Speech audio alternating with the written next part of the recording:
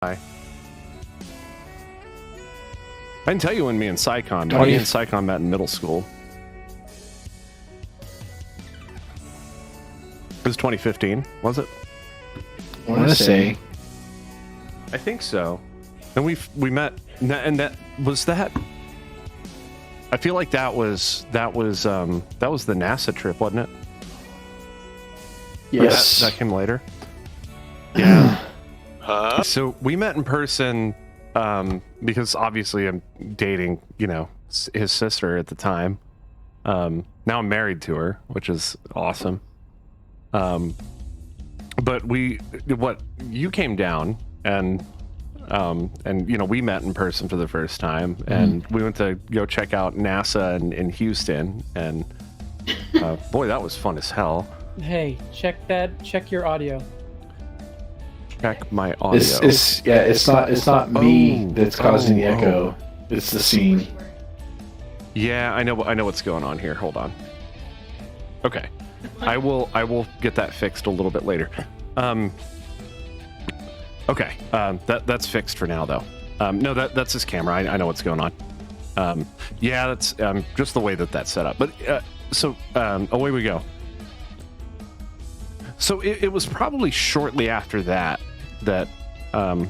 this guy was like, hey, there's this cool game called Elite Dangerous that we should play at some point because space. And then we did, and here we are, still fucking doing it. We're still going to space every week, every single week, and couldn't be happier about that. It's been an amazing experience knowing you.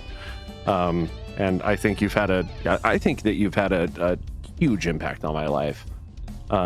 Just being the techie motherfucker that you are, and spreading your knowledge and. Correct. Let me interject something into this right quick while we're on this subject. If Typical things Matt. had worked out as I had planned at the time, you would have met me then at the same time. Oh wow, that would have been pretty cool too. He was upset with me. I wasn't upset with you. You were upset. No, I wasn't. I upset couldn't make it to Houston or to San Antonio down there at that point. You would have just walked into my house and been like, "What's that smell, Onion Head?" On that trip, you were upset because I didn't even tell you that we were in Texas. Yeah, you pinged me or something after you were already there. Yep. So the next trip, I let you know I was going down there ahead of time, and you're like, "Well, shit, I'm too busy to even make it down there."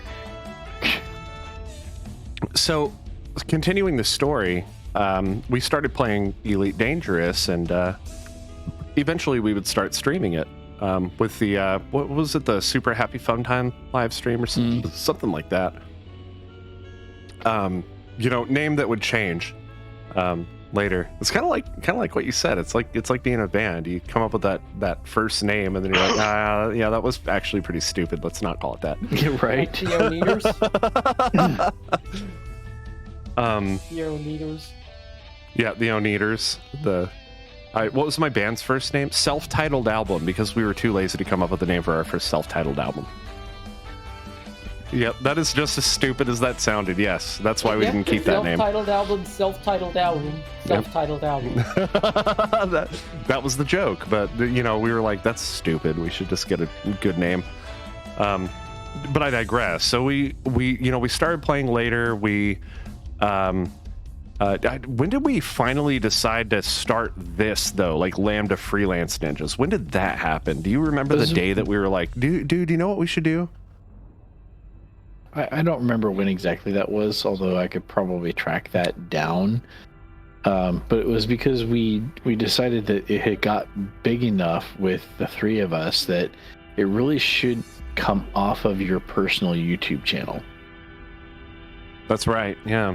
And be its own thing. And then YouTube scuttled us. That was like in 2018. Yeah, that wasn't. Or maybe it was 19. That was wasn't that long ago, that's for sure. Yeah, not that long ago, of course. Yeah, so I think shortly after we started the Lambda Freelance Ninjas and that whole thing that we got Commander Psycon here, So Psycon has been my friend since middle school. We definitely somebody that I feel like I instantly kind of connected with and understood, because we were both really serious about music at the time. Still are. We both are very serious about music, and we're very passionate about music, both of us.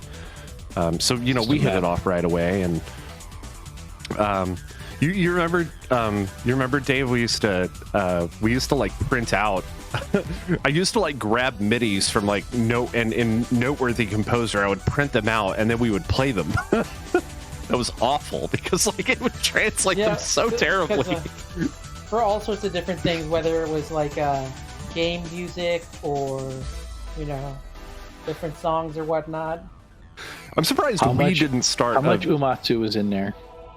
A lot, yeah. He's always been my favorite composer, for sure. Like that was the first song I printed out, was the Final Fantasy III battle song. Because I played trumpet. How could you not? How could I not? How could I not? It's all trumpet. He's not wrong. Yeah, no, but yeah, we played through a bunch of those tunes, and later on we just start sight reading stuff, and we kind of just watched each other grow up as musicians, and later on, like, we continued our friendship after high school, and we had a pretty significant portion of off time as well. But Dave, I'm glad you're here, man. And I know I keep telling you that, and that's not just because I've had a drink or two, but I'm glad you're here. I'm glad the both of you are here, of course. So later on, I would meet Nakona here through Commander Taylor. I actually don't remember the first day that we met, because I've never actually met you in person.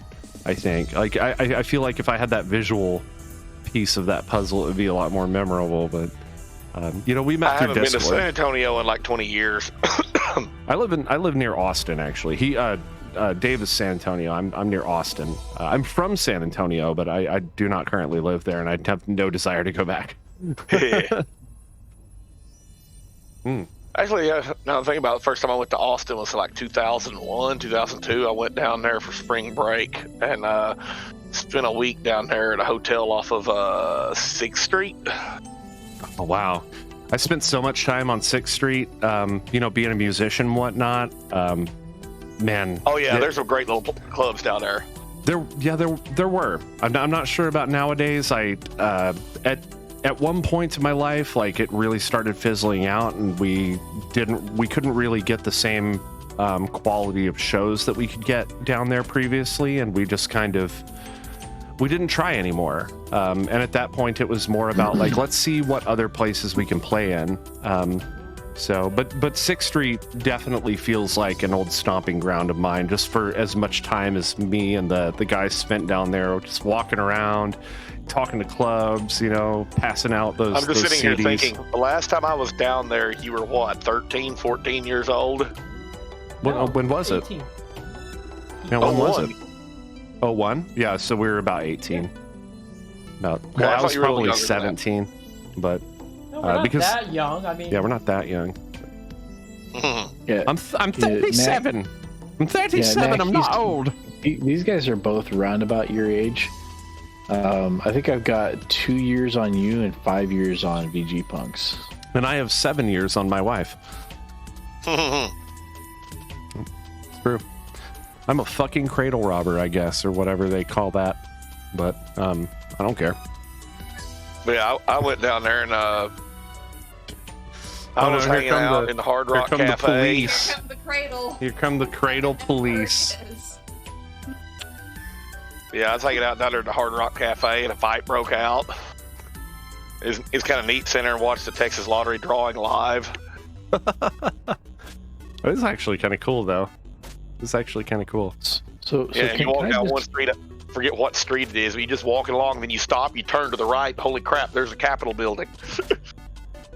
Can I just point out that the system that all three of us are in is the Play Free system?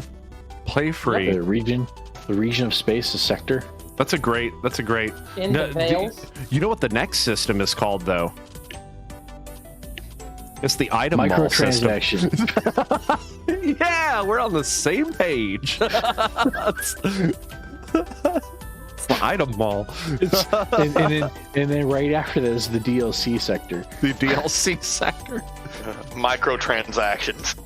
The DL sector, but it's like C, with a C instead of an S.